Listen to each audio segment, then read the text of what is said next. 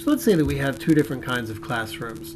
On the left side, we have pretty non-diverse classrooms, and I'm using race simply as a proxy because it's the most visible form of diversity, but think cultural diversity, religious diversity, diversity of socioeconomic class, etc. So on the left side, we have pretty homogeneous classrooms. On the top, we have a very classroom full of white kids, and there's one African American kid in the front. On the bottom, we have an all African American classroom. On the right side, however, we have a much more diverse classroom. We have a pretty good mix, it looks like, of black and white students. And of course, that doesn't exhaust the kinds of diversities there are, but it's a good proxy for this example because it's a kind of diversity that you can see. So why should we value the kind of classroom on the right rather than the classrooms on the left? And why should we try to embrace classrooms on the right and maybe perhaps move away from the type of classroom that's on the left? So there are a lot of reasons why we could value diversity in the classroom and in society. And in order to talk about diversity and the different kinds of diversity, I think we really need to start with the reasons why you might value diversity.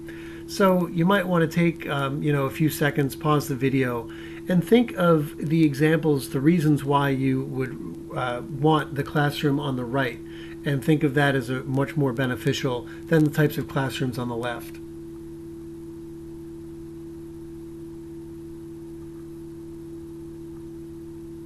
Now that you've thought of your own examples of why you might value classrooms on the right, or why we should value classrooms on the right rather than those on the left, let's look at what philosophers and theorists have had to say about reasons why we might value diversity, because there are several of them.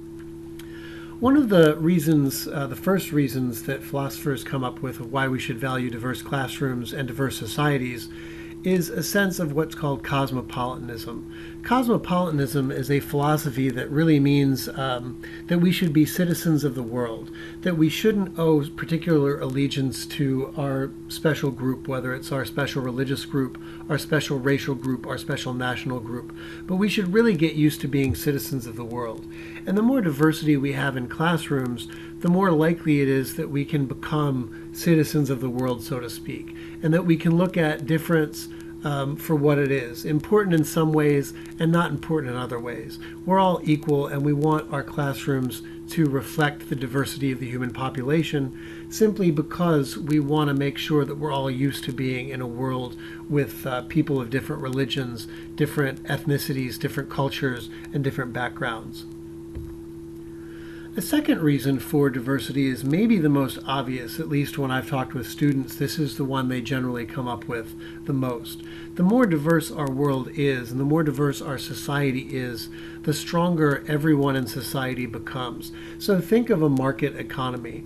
When people are diverse and they have different vantage points and different viewpoints and different skill sets, it benefits an economy because this person over here may be able to do a job or think of an idea or have a perspective that another person in another area might not.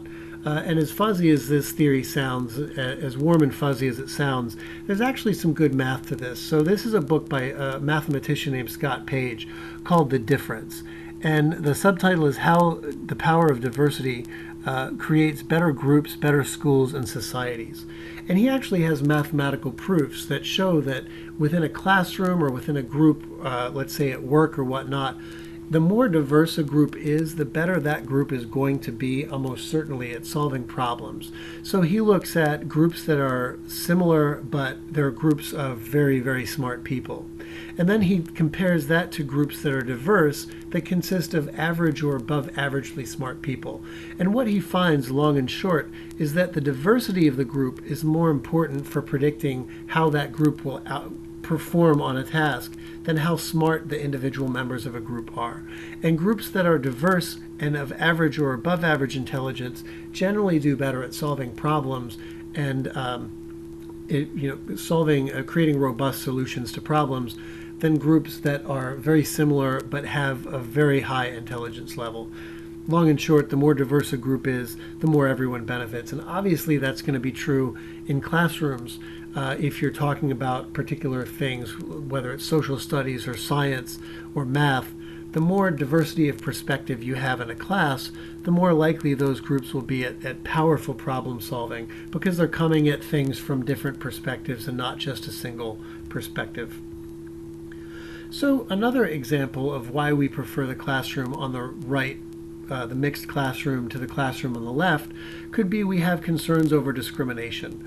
So if we're thinking about why the classroom is very non-diverse versus why a classroom is diverse, a very non-diverse classroom may be that way because there's discriminatory factors. So a all-white or all-black classroom may be the way it is because there's residential segregation, which may be the result of discrimination around the lines. So it may be that African Americans live in a particular district because whites have moved out of that district, and African Americans can only afford houses or loans for houses in a certain district, which means there's an all-black school. Or maybe the all-white school, conversely, is the way it is because real estate prices are high, and because of discriminatory factors, only whites can afford to move into that particular neighborhood. So diverse classrooms allays that concern of discrimination. If you have a diverse workplace, for instance, you can be relatively sure that the people who are hiring at that workplace are not discriminating. Whereas if you have, let's say, an all-straight workplace or an all-white workplace or an all-male workplace, there may be problems or concerns that the people who are doing the hiring at that workplace have an all-male bias or an all-straight bias or an all white bias or whatever that bias is. Also, the more homogeneous a classroom is, the more alike the classroom is, the more there's going to be concerns for individuals experiencing pressure to conform. So imagine that you are a gay man or a gay boy or a lesbian in a classroom full of straight people. The pressure on you to stay in the closet, as it were, may be a lot stronger if no one else in that classroom is like you are.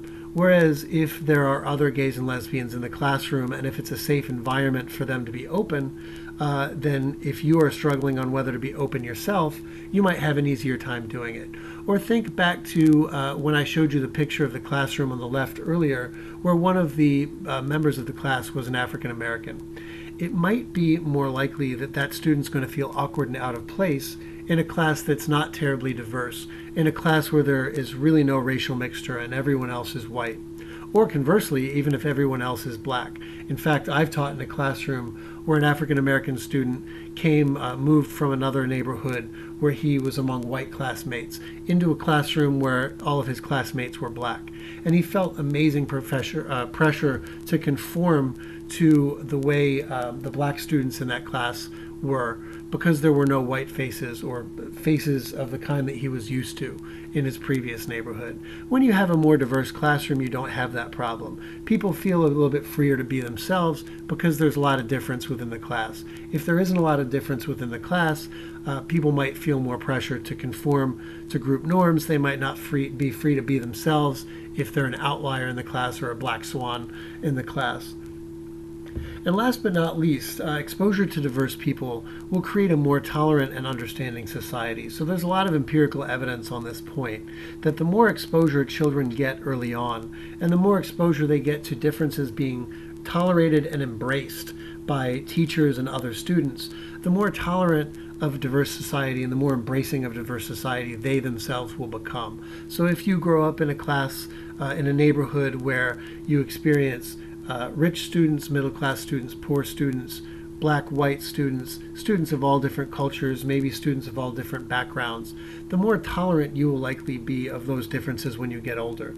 But you do hear a lot of stories of people who grow up in all white neighborhoods and all black neighborhoods where they've really never experienced the other side, and once they get out of school and they experience a more diverse world, they're not prepared to handle it. And the same goes for racial or religious differences, cultural differences, etc. So these are some of the reasons to appreciate diversity. So here's some stories that I have of my own background. So I've taught both at an all-white school, this is at the high school level where it was 98% white, and at an all-African American high school, which was 98-point-something% black. And the problem with having very homogeneous classrooms like this is you experience some pretty ignorant and frankly kind of stupid stereotypes of the other because there's no familiarity with the other. So here's the stereotypes I heard when I taught at the white high school. I would hear people say that's so black or that's so ghetto when they're referring to something that looks cheap or that that doesn't look like it costs a lot of money or whatnot. So a student would show up in clothing that looks fairly old or whatnot, and they would say that's so black, that's so ghetto. They would also say that's so gay for anything that struck them as either stupid or effeminate. So I would often talk with students about, what do you mean that's so black? What's your idea of black people? And they would give me something about, the rapper that they saw on TV. That's their message of what black people are, or maybe people they saw on the news, or thugs or criminals. And when I ask them, what's your idea of, a gay person, or why do you say that's so gay? They usually say, well, it's no offense, but it just means stupid, as if equating gay with stupid wouldn't give offense to people. But at the black school that I taught at, the 98% African American school, there were also some pretty big stereotypes that I think came because they really didn't know the other. So I had mentioned one day that I watch tennis, and that I had mentioned, I think, Serena and Venus Williams, and the comment came back to me, well, black people don't play tennis. So that's kind of a weird stereotype to have. So I showed them, tennis players. Here's quite a few black tennis players, and another one was we were talking about the election. This was 2008, and the run up to the election was going on. So the comment came to me, "You're white, aren't you voting for Mitt Romney?" Because the assumption was that if you're white, you vote for Mitt Romney, and if you're black, you vote for Barack Obama. Perhaps if they had been at a school where there were more white faces that they could talk to, some of which may have voted for Mitt Romney and some of which might not have, this stereotype wouldn't have arisen in the first place. Another one is that was quite sad, is a student who believed that their best options in life as a black male were to play basketball or become a rapper. And that comes from not seeing diversity, not racial diversity, but seeing diversity among the black population. So you see, if they would have seen black business people, if they would have seen, other African American teachers, or other African American lawyers, or other African American people who work at, white collar jobs in the community, maybe they wouldn't have come up with the option that my best option is to play basketball or become a rapper. In all of these cases, diversity of experience matters, and diversity of experience would help possibly shatter some of these stereotypes. Now we come to the last bit. We want to question, is diversity always better? So we favor, let's say, a mixed classroom of mixed race, mixed religion, mixed culture. Is diversity always better? And it may be thought-provoking to think that maybe sometimes diversity isn't always better. So I'm thinking about gyms that are designed for women to go to. So there are some women's only gyms because women may feel comfortable exercising with other women. Of course, some women don't, but some women do. I think of there's a high school called GLBTQ High School, which is made for gay, lesbian, bisexual, transgender, and queer youth. It's an online high school for people who don't feel comfortable in their regular public school. Maybe they go to a public school where there's a lot of homophobia or heterosexism going on. So they sign up for this public charter school where all of the students are gay, lesbian, bisexual, etc. So they might feel more comfortable in that environment. The last is historically black colleges like Fisk University or Tuskegee College, where African Americans may want to go to a college with other African Americans. So I would argue, and others may disagree, but I would argue that these types of diversity or these types of lack of diversity, these types of homogenous environments are totally acceptable.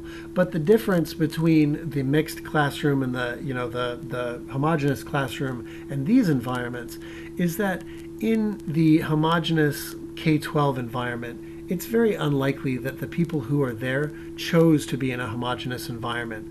Generally, they're in an environment the way they are because they're zoned for that particular school. So we talked about, with the example of race, it may be that the people who are in an all-black high school have to be in an all-black high school because they can only afford houses in that area because the lenders won't charge the same interest rate to blacks as they will to whites, or whites have left that area and left the African Americans in that area as being their only option. Or maybe people of a certain socioeconomic class. If you have a high school that's filled with poor students or middle class students, it may be that the individuals didn't choose to be in those high schools with a non-diverse segment, but they had to be there. Whereas in these situations, the women-only gym, the African American historically black college, or the GLBTQ high school, people choose into these areas. So you don't have to go to the women's only gym, but if you're a woman, you can go there. You don't have to go to the historically black college, but if you're an African American, you can choose in because maybe you feel more comfortable around other African Americans. So whatever our stance on diversity is and when it's good and when it's not, we want to make sure that people end up where they want to be, and they're not just where they are because they have to be. So that's another important reason for diversity, is we want to really maximize the ability for individuals to be as free as possible and to have as many role models and diverse experiences as possible.